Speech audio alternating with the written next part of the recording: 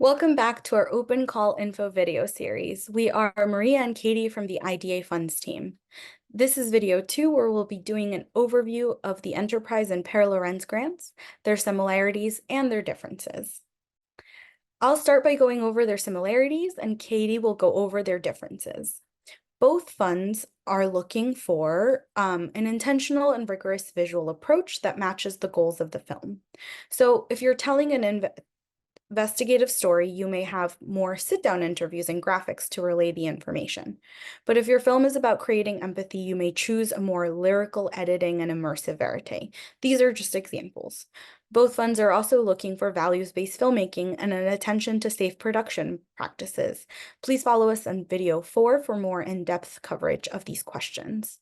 Both funds also require that you have confirmed access and consent to participants and locations. Since you have already started production, we assume that you already have these in place. Both funds ask that you are covering an urgent topic and/or an old topic with a new approach. Both funds also ask that you prove viability of completion in the application.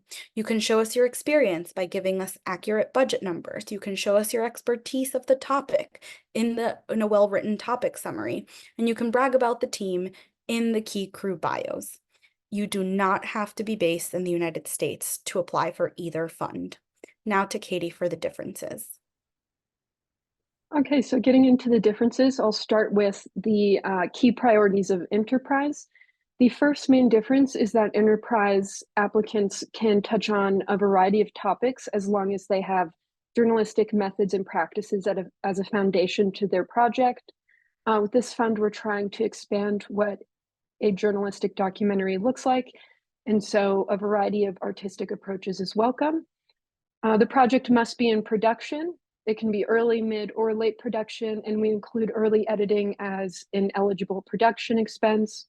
It's only for feature-length films, and it's for mid-career filmmakers and up, so you need one person on the team that has completed 2 feature-length films prior to applying.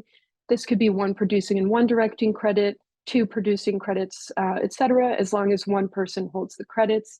And you must have a work sample of at least 10 minutes in length to be eligible. And so looking at how Pare Lorentz differs, the main thing is that there is a theme.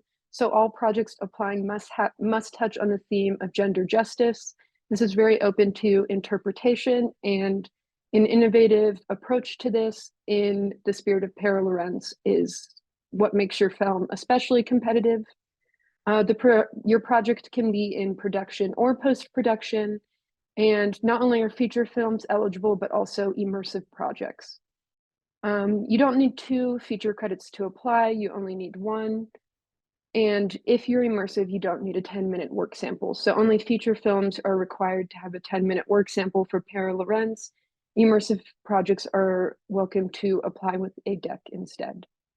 And that's it for the major differences and similarities. So in the next video, we'll get into the core application questions.